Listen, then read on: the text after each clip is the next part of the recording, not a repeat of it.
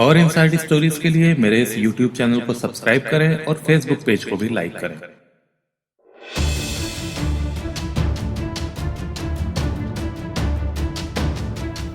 6 मार्च 2017 की शाम हरिद्वार की निर्मल छावनी अचानक गोलियों की तड़तड़ाहट से गूंज उठी।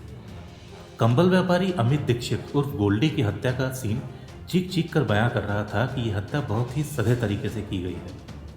जाहिर था कि हत्यारे बहुत ही प्रोफेशनल थे और वो अपने मकसद में कामयाब भी रहे थे। कॉलोनी की मेन रोड पर दुस्साहसिक तरीके से ये हत्यारे वारदात को अंजाम देकर भागने में कामयाब रहे। अमित दीक्षित अक्सर शाम को अपने घर चाय पीने के लिए आते थे। इससे ये तो साफ था कि बदमाशों ने पहले से ही उनकी रेकी की और फिर मौका मिलते ही वारदात को अंजाम दे दिया। उनके घर से निकलने पर संभवतः इन लोगों ने अमित दीक्षित को पहले रोका था और फिर गोली मारी, क्योंकि जब तक पुलिस पहुंची थी उनकी स्कूटी स्टार्ट ही थी। कुछ लोगों का कहना था कि शूटर्स 3 थे और वो कॉलोनी के पीछे कुछ देर पहले टहल रहे थे। अमित दीक्षित पर 32 बोर की पिस्टल से 5 गोलियां चलाई गई थी। 2 गोली उनके सीने में और 1 गोली सिर पर लगी थी। सिर पर गोली लगने के बाद अमित ने खंभा पकड़कर उठने की कोशिश करी तो उन लोगों ने फिर से अंधाधुंध फायरिंग की। इसी गोलीबारी के बीच उनके एक हाथ के अंगूठे को भी गोली ने चीर दिया था और अंगूठा करीब करीब गायब हो गया था। जिस किसी ने भी अमित दीक्षित की हत्या के बारे में सुना वो जिला अस्पताल पहुंचा, जिससे कि अस्पताल में लोगों का हुजूम उमड़ पड़ा था। हत्या के मामले में पुलिस की जांच एक अनजानी फोन कॉल पर भी टिकी हुई थी। पुलिस अमित और उसके संपर्क में आने वाले लोगों की कॉल डिटेल खंगालने में लग गई थी। इस तरह की बात सामने आई थी कि कोई अनजान व्यक्ति अमित को 1-2 बार कॉल कर चुका था। वो कौन था और उसका असली मकसद क्या था, यह पता लगाना अब पुलिस का काम था। कपड़े के अलावा अमित अपने एक रिश्तेदार के साथ प्रॉपर्टी का कारोबार भी करते थे और उनके इसी रिश्तेदार को एक बार रंगदारी की कॉल भी आ चुकी थी। सो हो सकता है कि ये उनकी हत्या की वजह रहा हो। अमित दीक्षित बहुत ही सरल स्वभाव के थे और इलाके का हर कारोबारी उनकी हत्या से सन्न था। कुछ लोगों का यह भी कहना था कि यह लग रहा है कि हत्या गलतफहमी में की गई होगी। किसी को कुछ भी नहीं सूझ रहा था। परिवार वाले कुछ बोलने की हालत में नहीं थे और दोस्त किसी भी तरह की साजिश होने से इनकार कर रहे थे। अमित की पत्नी रश्मि डीपीएस में टीचर हैं और उनकी एक 8 साल की बेटी भी है। अमित दीक्षित की मां सहारनपुर में रहती है और पिता का देहांत हो चुका है। उनका एक भाई भी है जो कि गुड़गांव में नौकरी करता है। सरेआम दिन दहाड़े हुई इस हत्या की वजह से पुलिस पर अच्छा खासा प्रेशर था और उनको ये लग रहा था कि हो ना हो इस हत्या के पीछे प्रॉपर्टी का मामला है। पुलिस की 2 टीम सहारनपुर और दिल्ली भी गई थी।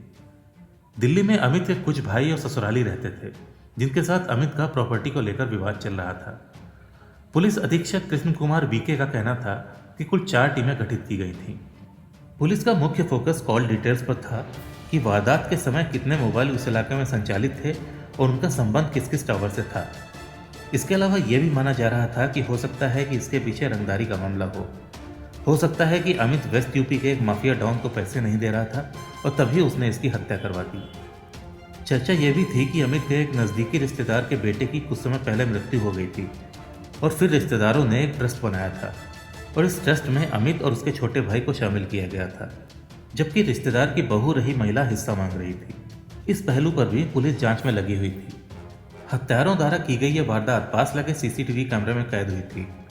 हत्यारों ने वारदात की जगह के पास एक दुकान पर सिगरेट भी पी थी और उस दिन जब सिर पर गोली लगने के बाद भी अमित की मौत नहीं हुई तो फिर से अंधाधुंध गोलियां भी बरसाई थी। यह पूरा वाकया कई लोगों ने देखा था, मगर दहशत के चलते सब अपना मुंह बंद करे बैठे थे। मेन रोड पर बच्चे खेल भी रहे थे जो भाग खड़े हुए थे। शूटर्स में से 2 ने हेलमेट लगाए थे जबकि एक बिना हेलमेट के था। पुलिस ने इस बीच 3 संदिग्धों को हिरासत में लेकर पूछताछ भी की थी और जेल में बंद कुख्यात अपराधी सुनील राठी से भी पूछताछ की गई थी।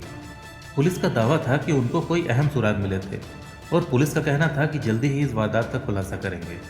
जैसे जैसे दबाव बढ़ रहा था, पुलिस के साथ क्राइम क्रिटिकल यूनिट और एसटीएफ भी जांच कर रहे थे। इस पूरी वारदात के पीछे की साजिश का खुलासा हुआ 8 दिन बाद 14 मार्च को और जो असलियत सामने आई वो सबकी समझ से पूरी उलट थी। पुलिस ने बताया कि असल में शूटरों का निशाना अमित दीक्षित नहीं, कनखल निवासी प्रॉपर्टी डीलर सुभाष सैनी था।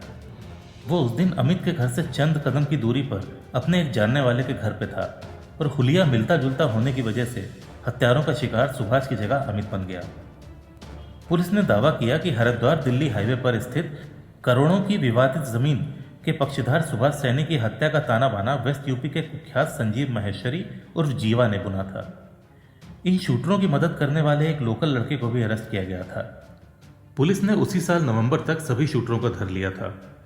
इन शूटरों ने यह भी खुलासा किया कि इनका असल मकसद एक ट्रिपल मर्डर था, जिसमें इनके टारगेट सुभाष सैनी के अलावा कांग्रेसी नेता भूमेश श्रीपुंज और एक पूर्व विधायक थे।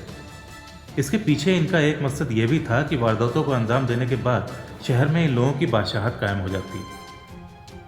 एसएसपी कृष्ण कुमार वीके ने पूरी कहानी का खुलासा करते हुए बताया कि दिल्ली हाईवे पर कई बीघा बेशकीमती जमीन को लेकर काफी लंबे समय से डिस्प्यूट चला आ रहा था और इस जमीन पर संजीव माहेश्वरी उर्फ जीवा की भी नजर थी। इसी जमीन को लेकर एक दावा कनखल निवासी सुभाष सैनी भी कर रहा था। जीवा के ही इशारे पर विवेक ठाकुर उर्फ विकी ने सुभाष सैनी की हत्या का प्लान बनाया था और जीवा ने ही अपने 2 शूटर भेजे हुए थे। यह कोई पहली बार नहीं था जब शूटर्स ने सुभाष सैनी पर गोली चलाई हो।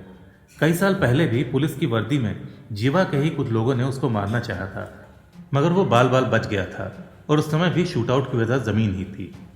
घटना के दिन सुभाष सैनी निर्मला छावनी में अपने एक जानने वाले के घर पे मौजूद थे और उससे ठीक पहले ही अमित का घर है।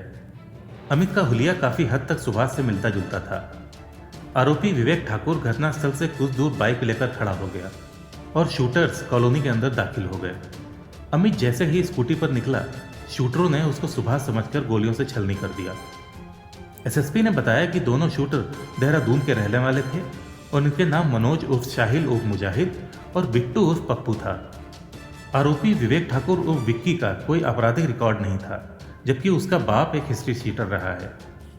विक्की ठाकुर का एक भाई भी है, निक्की ठाकुर। बाप की मौत के बाद विवेक की भी इच्छा थी कि उसी दबंगई से वो रहे और इसी के चलते वो जीवा के संपर्क में आ गया। जिस भद्री बावला धर्मशाला में विवेक रहता है, उस धर्मशाला को लेकर भी विवाद चल रहा था। अमित की हत्या करने के बाद विवेक ठाकुर मैनपुरी जेल में जीवा से मिलने भी पहुंचा था और गलत टारगेट होने की वजह से जीवा ने विवेक को फटकार भी लगाई थी और किसी भी तरह की कोई हेल्प देने से मना कर दिया था। यूपी में विवेक ने अपने कई ठिकाने बदले थे, मगर आखिरकार वो दिल्ली में पुलिस के हाथ लगा।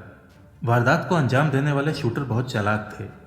वो अपने साथ कोई भी मोबाइल नहीं रखते थे और विवेक से संपर्क करने के लिए वो उसकी पत्नी का मोबाइल इस्तेमाल करते थे।